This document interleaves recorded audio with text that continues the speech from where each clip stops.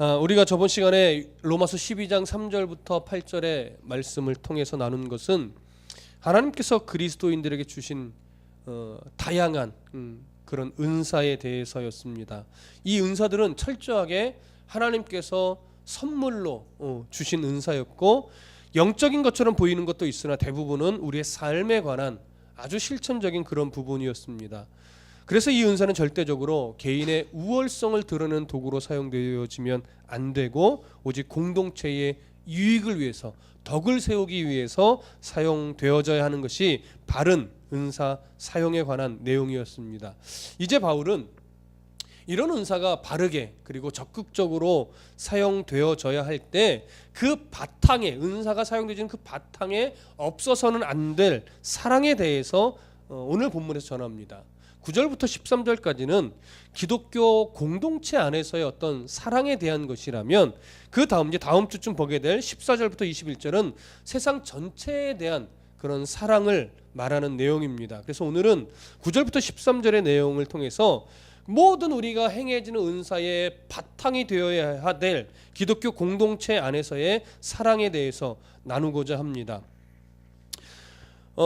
그리스도인들은 예수 그리스도에게서 사랑을 받았습니다.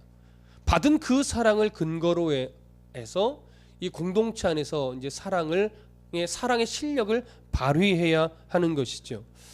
고린도전서 13장 1절에 보면 내게 사랑이 없으면 아무것도 아니라고 바울은 강조해서 얘기를 했고, 로마서 13장 10절에 보면 사랑이 율법의 완성이다 이렇게 이야기를 하고 있습니다. 그래서 그리스도인들의 어떤 명찰이 뭐냐라고 할 때 그것은 사랑이라고 말할 수 있는 거예요. 그래서 모든 말과 행실에, 모든 은사들을 사용함에 있어서 그 그리스도에게 받은 사랑, 이것이 근거가 되어져야 합니다.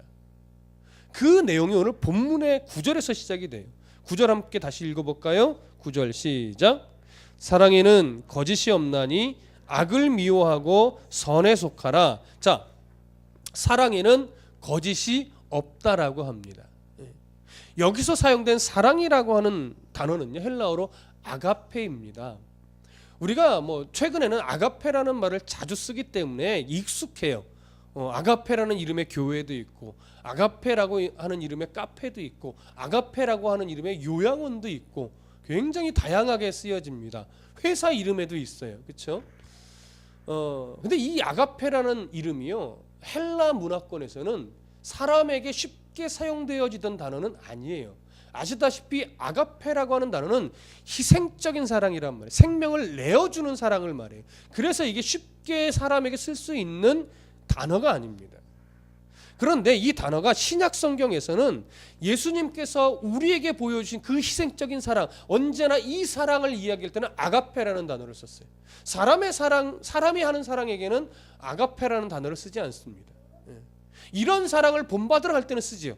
그렇죠? 그래서 여기서 말하는 사랑은 아가페입니다. 그래서 예수님께서 우리에게 보여주신 그 사랑은 어떤 사랑이냐? 아가페적인 사랑인데, 그것을 이렇게 설명하는 거예요. 거짓이 없는 사랑이다. 거짓이 없어요. 위선이 없어요. 진실된 사랑이에요. 여러분, 사람의 사랑은요, 사실은 거짓이 있습니다.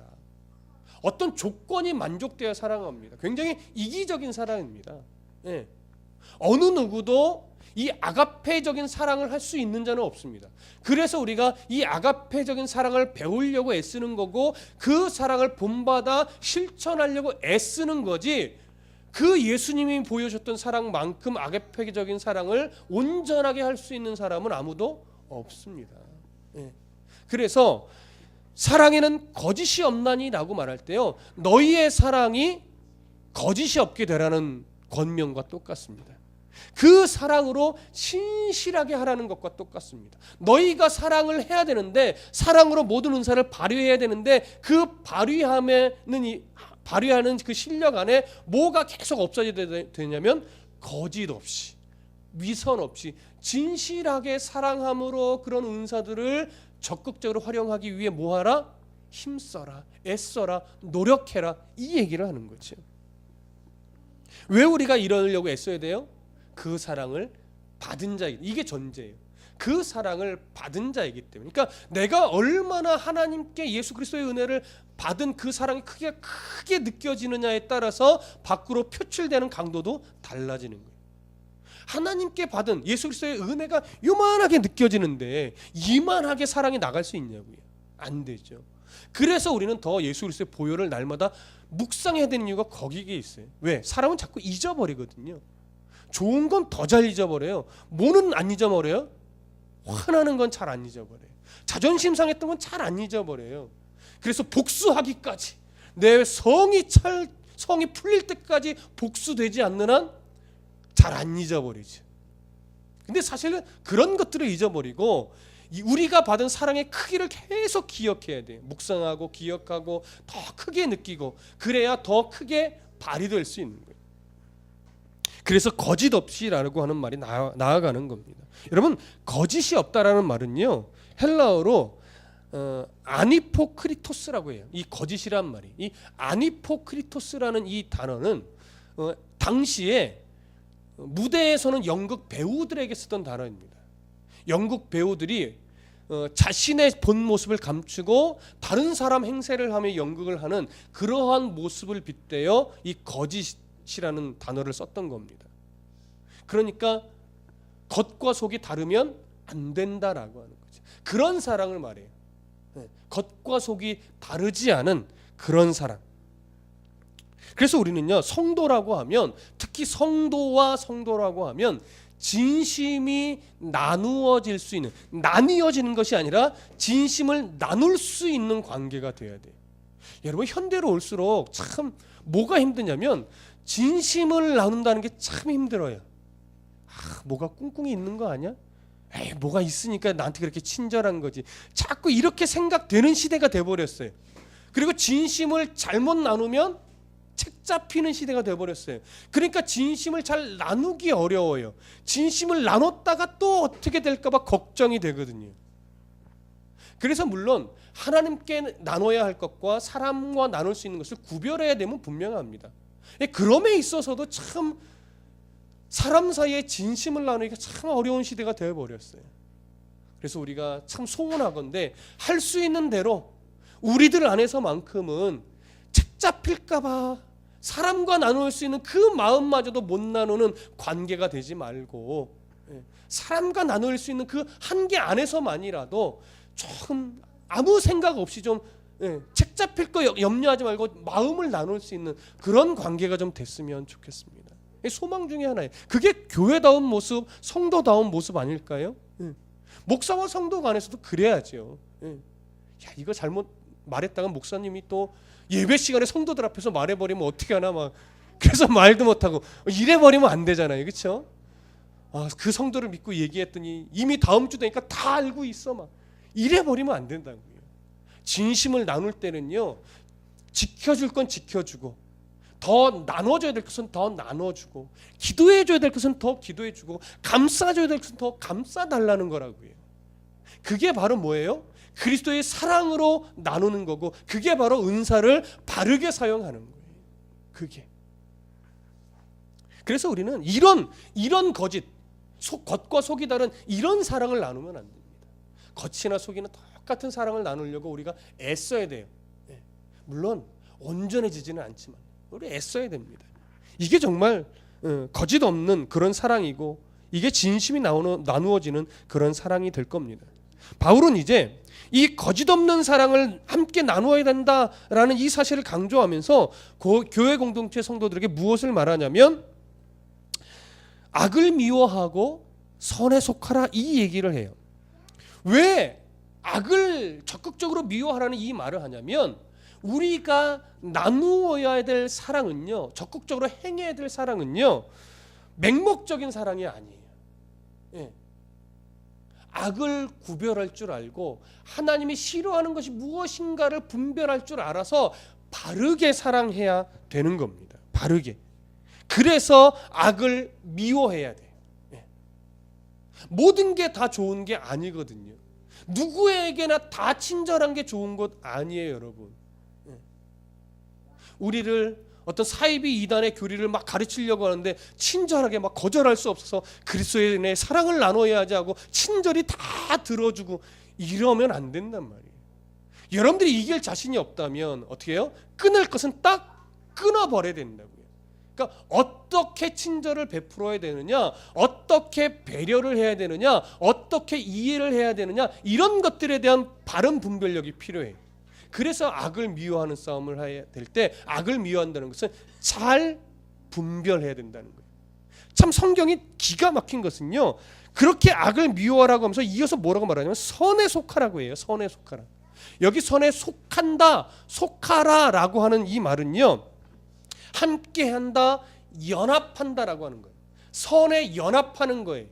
선과 함께하는 거예요. 그러면 여러분, 선을 연합하고 함께할 때 이것이 그냥 내 의지로 연합하는 걸까요?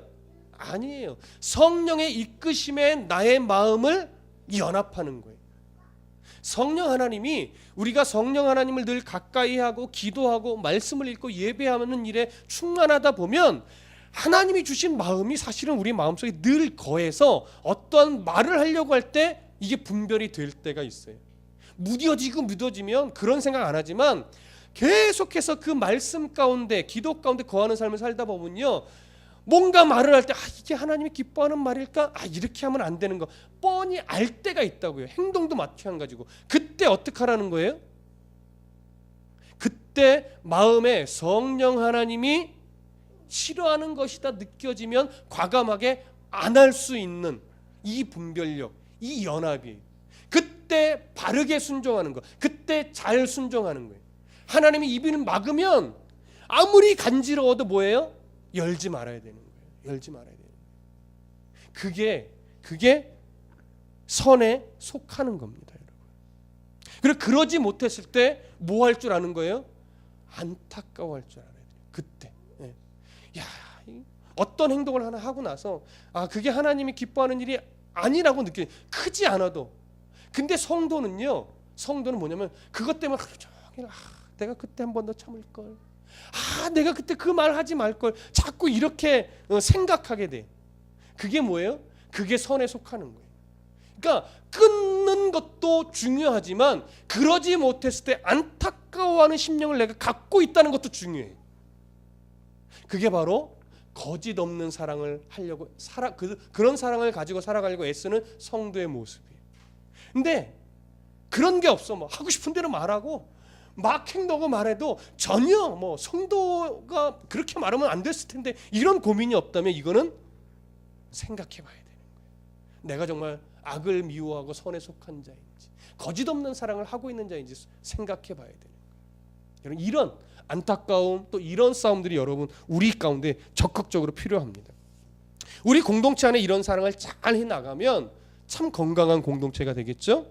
이제 10절로 가보시겠습니다. 10절 함께 읽어봅니다. 시작. 형제를 사랑하여 서로 우애하고 존경하기를 서로 먼저 하여.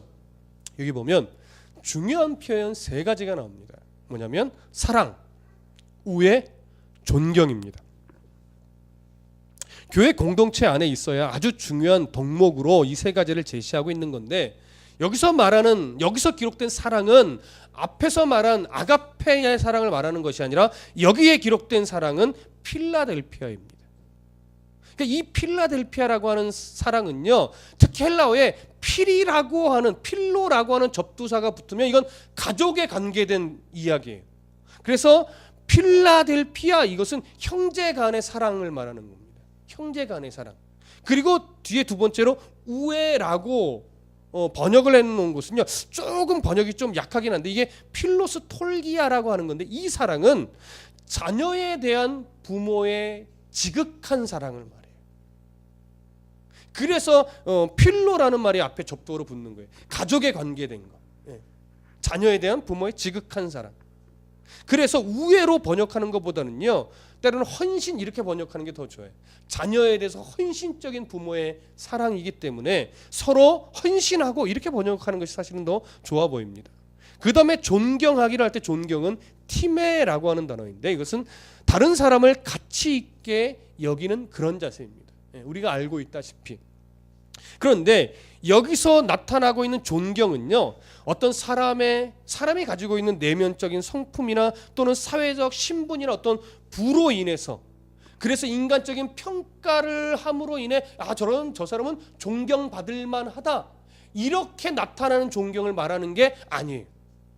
그러니까 존경받을 만한 어떤 위치에 있거나 뭘 가지고 있어서 하는 그런 존경이 아니라 그리스도 안에서 한 가족이기 때문에 그것을 인정함으로 조건 없이 존경을 해 주는 거예요. 그런 존경을 말하는 것이 바로 티메라고 하는 단어입니다.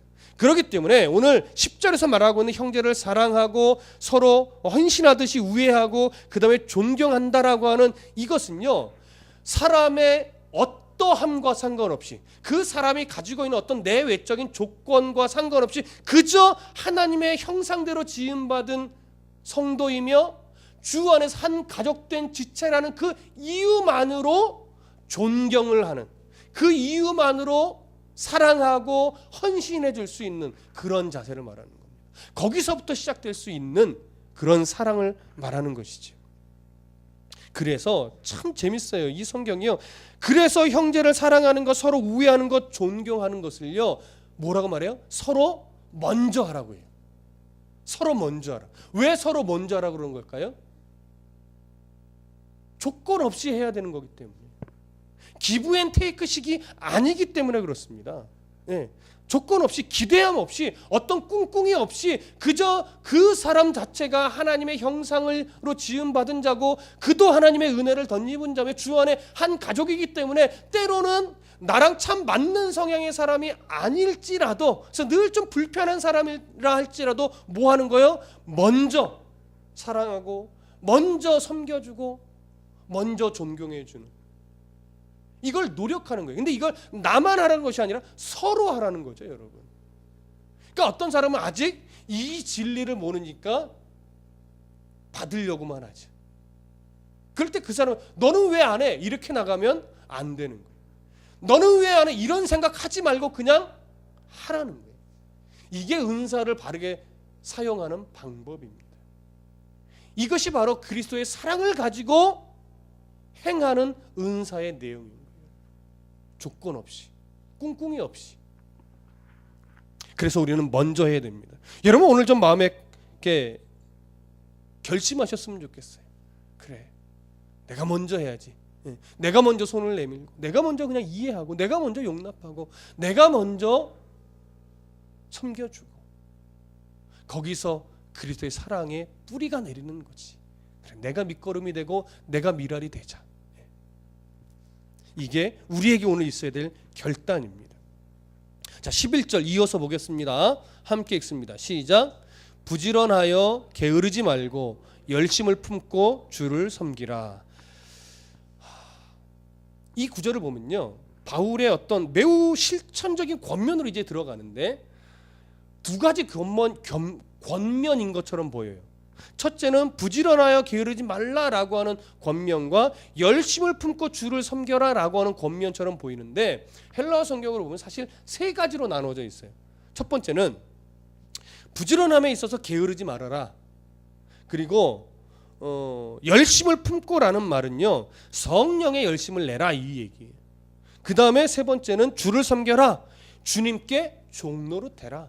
이런 세 가지 권면으로 나눠지는데 좀 구체적으로 살펴볼게요. 처음에 부지런하여 게으르지 말라, 이 얘기를 하죠. 근데 한번 생각해 보세요. 말이 안 돼요. 부지런한데 게으를 수 있어요? 부지런하여 게으르지 말라. 물론 게으른 삶을 정리하고 부지런해라 이런 말로 받을 수도 있는데, 부지런함으로 게으르지 말라, 어떻게 생각하면 말이 안 되는 거예요. 부지런한 건 부지런한 거고 게으른 건 게으른 건데, 부지런함으로 게으르지 말라 할 때 사뭇 충돌되게 여길 수도 있어요. 본래 이 게으르다라는 말은요, 헬라어에서 오크네로인데, 이 말은 우리가 이해하고 있다시피 피곤하고 때로는 나태하고 때로는 우유부단하고 때로는 소심해서 뭔가 적극적으로 못하고 주저주저하는 이런 상태를 말하는 겁니다, 원래는. 근데 이게 신약 성경에서는 주로 어떠한 의미로 사용되어졌냐면, 하나님께서 내게 주신 은사가 있어요. 달란트가 있어요. 그것들을 바르게 사용하지 못하는 것. 그때 이 단어를 주로 신약 성경에서는 사용했어요. 예를 들어 보면 마태복음 25장 26절에 이 얘기가 있어요. 달란트의 비유 중에 한 달란트 받은 자. 여러분, 한 달란트 받은 자가 어떻게 했죠? 남기지 못할까 봐 걱정해서 주인이 장사해라 했는데도 장사하지 않고 땅에 묻어뒀다가 주인이 왔을 때 그냥 그대로 내어줬다고요. 그때 주인이 뭐라고 책망합니까? 악하고 게으른 종아, 이렇게 책망을 해요. 이유가 뭡니까? 주인이 달란트를 주면서 장사하라 할 때는 그것을 장사해서 남기든 아니면 장사를 망해서 다 잃어버리든 주인이 뭐 하겠다는 거예요? 책임지겠다는 거예요. 그거 염려하지 말고 사용하라는 거죠.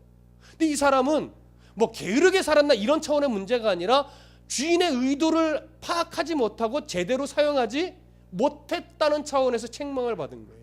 그런 게으르는 거예요. 그래서 악하고 게으른 종이에요. 일하지 않았다, 뭐 열심히 없었다, 열심히 살지 않았다, 이런 차원의 문제가 아닙니다, 여러분. 그리고 로마서 10장 2절에서도 보면 내가 증언하노니 그들이 하나님께 열심히 있으나 올바른 지식을 따른 것이 아니니라, 이런 말씀이 있어요. 우리가 여러분 기억도 할 텐데 유대인들은 율법에 있어서 남다른 열심이 있었어요. 누구보다도. 그런데 바울은 그러한 그 열심을 어떻게 평가해요?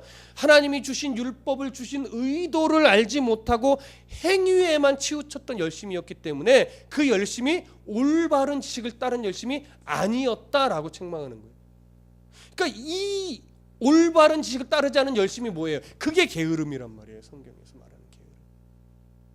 그러니까 우유부단하고 주저주저하고 뭐 아주 게으르게 살았다, 이런 차원의 게으름이 아니라 하나님이 주신 의도와 이유를 간파하지 못하고 엉뚱하게 사용하는 것. 그래서 우리의 어떤 그리스도인다운 열심을, 부지런함을 가치 없게 만드는 것. 이게 게으름이에요. 그러니까 우리의 어떤 그리스도인다운 삶의 부지런함이 가치 있어지려면 어떻게 돼요? 하나님의 뜻대로, 성령 하나님이 이끄시는 대로 내 삶의 모든 것을 사용해야 돼요. 오늘 본문에 입각해서 말하면 내게 주신 은사들을 그리스도의 희생적인 그 사랑이 바탕이 되어 적극적으로 꿍꿍이 없이 활용하는 것, 이게 바로 부지런하여 게으르지 않는 거예요. 기가 막히지 않습니까, 여러분? 우리가 여기서 자꾸 실수를 하는 거예요.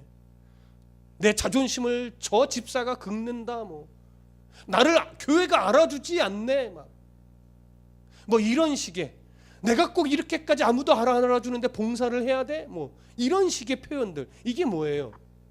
부지런함을 가치 없게 만드는 거죠. 왜 해야 되는지를 모르는 거예요. 어떻게 해야 되는지를 모르니까 내 열심, 올바른 지식에 근거하지 않은 내 열심을 갖고 하다가 그렇게 오류에 빠지는 거죠. 그래서 부지런함이, 성도다운 그 열심이, 그 부지런함이 가치 있게 되기 위해서는 올바른 지식에, 다르게 표현하면 그리스도의 그 희생적인 사랑에 꿍꿍이 없고 대가를 바라지 않는 그 사랑에 기초하고 있어야 된다는 거예요. 그래서 이 사실이 중요합니다. 그 다음에 열심을 품고, 이렇게 말합니다.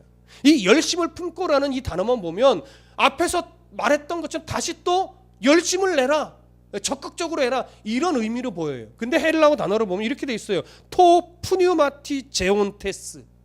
푸뉴마티라고 하는 것은 어떤 원형이냐면 푸뉴마예요. 푸뉴마. 여러분 푸뉴마란 말 많이 들어보셨죠? 뜻을 아시나요? 영이라는 의미입니다. 하나님의 영. 그래서 주로 사람의 영을 지칭하기도 하지만 푸뉴마 하면 성령을 말하는 거예요. 성령, 푸뉴마. 그러니까 여기 토 푸뉴마티 제온테스라고 하는 것은 뭐냐면 성령의 열심을 내라, 때로는 성령에 불타올라라, 이렇게 해석을 할 수 있는데 조금 오늘 본문에 입각해서 이것을 번역하면 이렇게 되는 거예요. 성령과 함께 열심을 내라. 때로는 성령의 이끄심을 따라 열심을 내라. 성령이 마음에 주시는 그대로 순종하는 열심을 가져라, 이 얘기예요. 그러니까 얼마나 지금 비슷한 내용들이 강조되고 있는지 여러분 아시겠죠?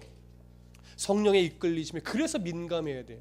성령의 이끌림에 민감하려면 어쩔 수 없이 말씀을 꾸준히 듣고 꾸준히 기도하고 늘 하나님 앞에 내가 바르게 서 있나를 고민할 수 있어야 돼요. 그래야 성령의 이끌리심에 우리가 열심을 낼 수 있습니다. 그 다음에 세 번째로 11절 마지막에 보는 것은 주를 섬기라예요. 주를 섬기라. 근데 주를 섬기라는 헬라어 성경으로 보면 퀴리오 듀르온테스라고 되어 있어요. 듀르온테스의 원형은 둘로스입니다. 둘로스라는 말도 많이 들어보셨죠? 무슨 뜻일까요? 뜻은 잘 모르겠어요. 귀에만 익숙하고 종이라는 말이죠. 종. 예, 둘로스.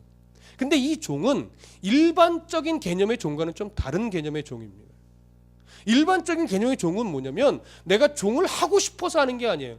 어쩔 수 없이 뭐 빚을 졌거나 아니면 뭐 나라가 속국이 돼서 끌려왔거나 그래서 하기 싫은데 어쩔 수 없이 종 노릇을 해야만 하는 그런 종이에요. 근데 둘로스는 그런 차원의 종이 아니라 자원하여 종이 된 자예요. 그러니까 유대인의 문화에는 이런 게 있어요. 희년 제도가 있는데 희년이 되면 종들을 자유롭게 풀어줘야 돼요. 이게 고엘 사상에 입각한 그런 제도인데 종을 풀어줘야 되는 게 맞아요. 그래서 희년이 많이 남아있으면 그 종의 값이 비싸요. 왜? 오랫동안 부려먹을 수 있으니까. 근데 희년이 가까워오면 이 종을 사봤자 얼마 못 써먹잖아요. 그래서 이 종의 가격이 싸요. 그거에 따라서 물론 뭐 얼마나 건강하냐 뭐 지식이만 이것도 들어가겠지만 그런데 이 종이 종 노릇을 하다가 이제 풀려날 때가 됐어요. 근데 이 종이 주인이 너무 좋은 거예요. 그래서 나는 평생 이 주인의 종 노릇을 해도 너무 좋겠다 이렇게 생각을 하고 제사장에게 가서 나는 그냥 이 주인의 종으로 있겠습니다라고 고백을 하면 그 제사장은 이 종의 귀를 뚫습니다. 때로는 귀걸이를 하기도 하죠. 그럼 이 표식은 뭐냐면 억지로 메인종이 아니라 자원하여 즐거이 종이 된 자입니다. 이런 표식이 되는 거예요. 자, 여러분들 귀걸이 하시는 분들은요 아무 생각 없이 하지 마시고 나는 주의 종입니다 이렇게 생각하고 귀걸이 하셔야 돼요. 그러니까 귀걸이만 화려하면 안 돼요. 내가 귀걸이를 왜 했는가? 네. 그래서 저도 예전에 귀걸이 하고 싶었을 때가 있어요. 이 의미를 모른 채 안 하길 잘했죠. 그렇죠? 지금에 와서 만약에 한다 그러면 그런 의도일 거예요. 네. 나는 주의 즐겁게 내가 주의 종 노릇하는 자입니다. 네. 그러니 여러분 이게 얼마나 중요한 내용입니까? 하나님을 향한 성도의 자세가 이래야 돼요. 그러면 이게 불평이 나가지 않아요. 내가 자원하여 즐거이 종된 자인데 그 사람의 종 노릇하는 게 억울해요? 주인이 원하는 대로 사는 게 뭐가 억울해요? 주인이 날 가난하게 하면 이유가 있겠죠. 날 풍요롭게 해주면 거기에도 이유가 있겠죠. 그렇죠? 왜요? 나를 사랑하는 내 주인은 나를 죽이는 주인이 아닌 걸 알기 때문에 나를 이유 없이 고난 속에 빠뜨리는 주인이 아닌 걸 내가 알기 때문에 그래서 내가 즐거이 자원하여 종된 거니까. 그러니 삶이 언제나 어떤 상황에서도 즐거워할 수 있는 담력이 생기는 거예요. 이 진리를 빨리 깨달아야 돼요. 그래서 여러분 11절 전체를 보면요 형제를 사랑하고 서로 우애하고 존경하는 일들은 억지로 하지 말고 성령의 이끄심을 따라 내가 주께 즐겁게 종 노릇하듯이 그렇게 성도 간에 행해야 된다라고 하는 거예요. 그렇게 신앙의 실력 발휘를 그렇게 하셔야 돼요. 아시겠습니까? 그 결단은 우리가 함께 하십시다. 적극적으로. 그러니까 이 다양한 은사들이 마치 한 가족 안에서 아무 조건 없이 그냥 발휘되듯이 가족 안에 아이들끼리야 서로 막 조건 내걸고 막 이러지만 진정한 성인이 다 되고 이제 정신 차린 사람, 철이 든 사람이라면 형제간에 막 조건 따지고 네가 해준 게 뭐야 이렇게 나가지 않는다는 거예요. 그 사랑으로 우리가 친밀한 관계가 되어야 합니다. 이런 삶을 살아가려고 애쓸 때 이렇게 가족과 같이 조건 없는 사랑, 그리스도의 사랑을 우리가 실천하려고 애쓸 때 그 애쓰는 자리에서 흔들리지 않으려면 왜요? 우리는 하다가 그렇게 마음먹고 어느 정도 하다가 하면 또 흔들리잖아요. 정말 막 이러고 내가 잘못 알았던 것 같아 막 이러기도 하고. 근데 계속해서 그 사랑의 유지가 되고 흔들리지 않으려면 어떻게 해야 되는가? 12절 보십시오. 12절 함께 읽어봅니다. 시작. 소망 중에 즐거워하며 환난 중에 참으며 기도에 항상 힘쓰며. 세 가지를 이야기합니다. 여기서도 소망 중에 즐거워해라, 그리고 환난 중에 참아라, 그리고 기도에 항상 힘쓰라, 이렇게 돼요. 자, 먼저 소망 중에 즐거워한다라고 하는 이 말은요, 소망 중에 즐거워하라는 건데, 여기서 말하는 소망은 종말론적인 소망이에요.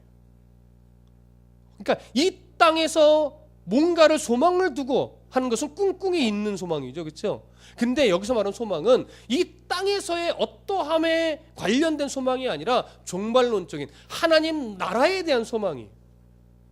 내가 하나님의 백성이 되었다, 그 백성됨은 변하지 않는다. 나는 이미 하나님의 영광에 참여한 자다. 하나님의 영광에 참여한 나의 신분을 그 어느 누구도 빼앗지 못한다. 하나님은 나의 삶을 정말 풍요롭게 이끄시는 분이신데 이 땅에서 나를 그저 훈련시키실 뿐이다. 내가 궁극적으로 갈 본향은 하나님의 나라인데 그것은 확실하게 정해져 있기 때문에 내가 흔들릴 이유가 없다. 이것을 알기 때문에 기꺼이 즐겁게 훈련받을 각오를 하니까 소망 중에 뭐 할 수 있어요? 즐거워할 수 있는 거죠. 이 소망. 그러니까요, 그리스도인다운 소망은요, 천국에 대한, 하나님 나라에 대한 분명한 확신이 없으면 흔들릴 수밖에 없는 거예요. 왜? 땅이 없는 것 때문에 불안하거든요. 근데 땅이 없는 것을 불안하지 않을 수 있는 이유는 천국의 하나님 나라의 소망이 확고하면 불안하지 않아요. 우리 아버지가 정말 굴지의 대기업 회장인데 내가 그 기업을 이어받기 위해서 우리 아버지가 훈련시키려고 평사원으로 보냈어. 그래서 거기서 정말 호되게 훈련받는 거예요. 막 신입사원처럼 막 짐도 나르고 커피도 차서 나르고 때로는 막 모욕적인 언사도 듣고. 그러면 제대로 된 아들이면 거기서 내가 누군지를 알고 이런 걸 시켜 이래요? 이건 훈련을 못 받는 거죠, 여러분. 기꺼이 웃으며 짐을 지고 기꺼이 웃으며 모욕적인 발언도 받아내고 기꺼이 커피도 타다 바치고. 왜요? 이게 다 내 거거든. 그래서 이것을 내가 잘 쓰기 위해서 훈련을 받는데 그 훈련이 고되다고 때려쳐요? 내가 이놈의 회사 내가 안 이어받고 말지 내가 하고 발로 땅 차고 나가버려요? 그게 진짜 바보죠, 여러분. 그게 진짜 바보죠. 하나님의 나라가 내 것인데 우리는 자꾸 땅의 것 때문에 전전긍긍한다고요. 그게 우리의 모습이에요. 그거 안 하고 정말 넉넉하게 나도 쪼들리지만 마음을 베풀 수 있으려면 어떻게 해야 돼요? 하나님 나라에 대한 소망이 내 안에 확고해야 돼요. 이게 말이 쉽지, 그렇죠? 네, 이게 말이 쉽지. 그러니까 사모해야 되고, 그러니까 구해야 되고, 그러니까 더 하나님 앞에 엎드려야 돼요. 그래서 이 마음만 내 안에 풍성해봐요. 뭐가 막 안절부절할 일이 뭐가 있습니까? 넉넉하죠. 저도 더 그래서 넉넉한 목회자였으면 좋겠고 여러분들도 그래서 더 넉넉한 성도였으면 좋겠습니다. 이게 바로 소망 중에 즐거워하는 거예요. 그 다음에 환난 중에 참으라고 말합니다. 여러분, 이 소망 중에 즐거워하는 삶을 살아나갈 때요, 이 소망이 실현되고 완성되는 건 마지막 때예요. 그렇죠? 예수님이 재림하셔서 우리를 하나님의 나라로 데려갈 때 완성이라고요. 그러니까 그때까지는 훈련이기 때문에 뭐예요? 환난이 내 삶에 있을 수밖에 없는 거예요. 환난이 없는 성도는 없어요. 누구나 다 있어요. 그래서 환난 중에 참으라고 하는 거예요. 왜? 이 환난이 훈련이니까. 걷어차면 안 되는 훈련이니까. 환난은 종말의 시대를 살아가는 성도에게 피할 수 없는 환난이, 피해지지가 않습니다, 여러분. 하나님이 없애주지 않습니다. 그러면 훈련이 안 되니까. 환난의 배경에는 악한 사단이 있습니다. 그래서 늘 힘듭니다. 악한 사단이 그 배경에 있기 때문에. 그럼에도 불구하고 우리에게 참으라 라고 권면하는 이유는 뭐냐면, 그 환난이 우리를 넘어뜨리고 죽일 것 같지만 하나님은 우리를 붙잡으신 그 손을 절대 놓는 법이 없고 우리를 다듬고 만들어 가시는 일에 실패하시거나 실수하시는 분이 아니기 때문에, 그래서 끝끝내 하나님 나라의 백성으로 완성시키는 데 있어서 하나님은 완벽하신 분이기 때문에, 왜 그것을 알기 때문에 참으라라고 권면하는 거예요, 여러분. 혹시나 하나님이 실수하시는 분 아니기 때문에.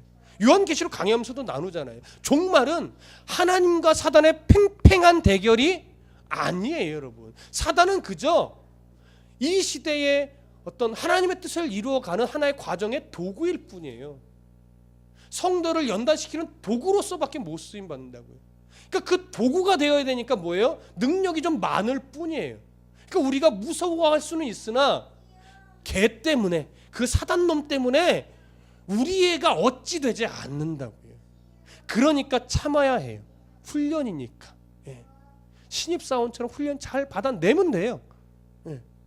그러면 하나님이 우리를 만드십니다. 우리를 승리하게 하십니다. 그래서 우리는 소극적인 차원의 참음이 아니라 능동적이고 적극적인 차원의 참음이에요. 기꺼이 내가 참아주겠어. 참아주겠어. 자존심 구겨보겠어. 섬겨보겠어. 어디까지 나를 모욕하나 보겠어. 여러분, 웃기는 표현 같지만 성도는 그러셔야 돼요. 왜? 그가 내 자존심 구긴다고 하나님이 내 자존심을 죽이지 않습니다. 그걸 아는 거예요. 그걸 아는 거예요. 제가 날 몰라서 그렇지. 내가 어떤 존재인지 모르니까 그러는 것 뿐이에요. 알면 얼마나 부끄러울까 그 생각을 해야지. 저 사람이 하나님을 만나 내 존재됨과 자기의 존재됨을 알면 그랬던 나를, 자기를 얼마나 창피해할까 이 생각을 하면요, 기꺼이 자존심 구겨져 주는 거예요. 그러면 얼굴 붉힐 일이 없죠. 그렇죠? 그리고 말합니다. 그래서 항상 기도에 항상 뭐예요? 힘쓰라라고 하는 거예요. 기도하는 자리에 항상 머물러 있으면 늘 이걸 깨닫게 되고 이걸 생각하게 돼요. 근데 이러는 와중에 기도하는 자리를 멀리하면, 기도하는 삶을 멀리하게 되면요, 이런 열심을 품는 거, 소망 중에 즐거워하는 거, 환난 중에 참는 것이요 점점 약해져요. 왜냐하면 기도는 하나님과의 소통하는 줄이에요. 기도는 성도의 생명줄이란 말이에요. 하나님과 마음을 나누고 하나님의 뜻을 알아가는 소통하는 줄이고 생명줄인데, 이걸 소홀히 하면 나머지 것들도 다 약해져요. 약해지다 보면 무뎌지고, 무뎌지다 보면 내가 누구인지, 내가 어디를 향해 가는 자인지 모르게 되는 거예요. 그럼 분별이 없어져요. 그러면 악을 미워하지 않게 되고 악과 동행하게 돼요. 왜냐하면 악은요, 사람의 육신의 정욕에 부합해요. 그게 더 즐겁고 그게 더 재밌어요.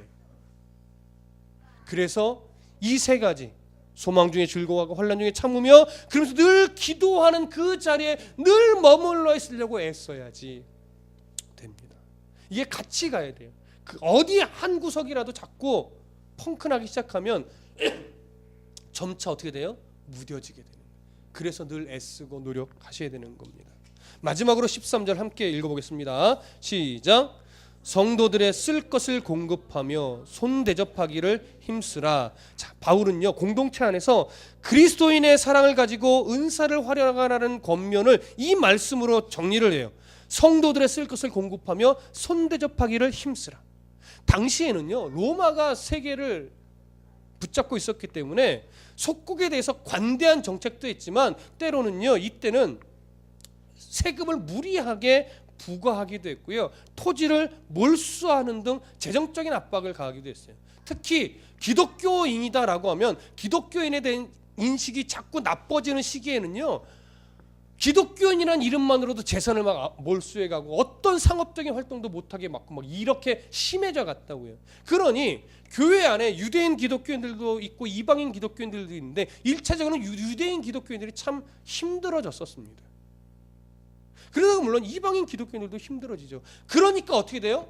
서로 돕지 않으면 살아갈 수 없는 거예요. 그러니까 이 당시는 대부분 이것이 물질적인 도움이에요. 먹을 것에 대한 도움이 있고, 입을 것에 대한 도움이고, 재정에 대한 도움이에요, 이때는. 그러나 오늘날은요, 물질에 대한 서로의 도움도 필요하지만 물질뿐만이 아닙니다. 여러분, 물질은 쉽게 나눌 수 없는 시대가 돼버렸어요. 그렇죠? 그래서 제가 여러분들에게 권면하기는, 물질을 나누려면 어떻게 하라? 받지 못해도 시험 들지 않을 정도의 수준 안에서만 나눠라. 그렇지 않은 수준을 넘어서면 절대 거래를 하면 안 돼. 왜? 사단이 틈타는 건 거의 100%입니다, 여러분. 그래서 목회자와 성도와 성도든 뭔가 도움이 필요해서 물질로 도움을 줘야 되는 상황이라면 못 받을 걸 생각하고 해야 돼요. 근데 악한 사람은 또 이걸 이용하겠지만 그가 이용하더라도 내가 기쁘게 이용당할 수 있는 수준까지만 하라는 거예요. 무슨 말씀인지 이해되시겠습니까? 그 액수가 좀 클 수도 있고 적을 수도 있겠죠. 그러나 내가 하나님 앞에 시험 들지 않는 게 더 중요하단 말이에요. 내가 시험 들면 저 사람과도 적이 되기 때문에 그리스도인답지 못하고 지혜롭지 못한 거예요. 그래서 잘 하셔야 돼요. 그러나 이제 물질만을 오늘날은 말하는 것이 아니고 여러 가지, 사람은 저마다 문제가 있는데 물질의 문제 또는 마음의 문제 또는 관계의 문제 또는 건강의 문제 여러 개가 있어요. 어떤 사람은 물질의 문제가 제일 심각하고 어떤 사람은 마음의 문제가 제일 심각하고 어떤 사람은 관계의 문제가 너무 힘들고 어떤 사람은 건강의 문제가 힘들고. 그러니까 저마다 다 문제가 다르기 때문에 저마다 다 누구에겐가는 뭐가 될 수 있어요? 위로자가 될 수 있어요. 돕는 자가 될 수 있다고요. 근데 이 마음을 못 가지면 내가 힘든 그 부분이 제일 크니까 나는 늘 누군가의 도움이 필요한 자로만 서게 되는데 그렇지 않다라고 하는 거예요. 여러분은 누군가에게 도움이 될 수 있는 자고 도움이 돼야 하는 자고 도움을 줘야 하는 그런 사람입니다.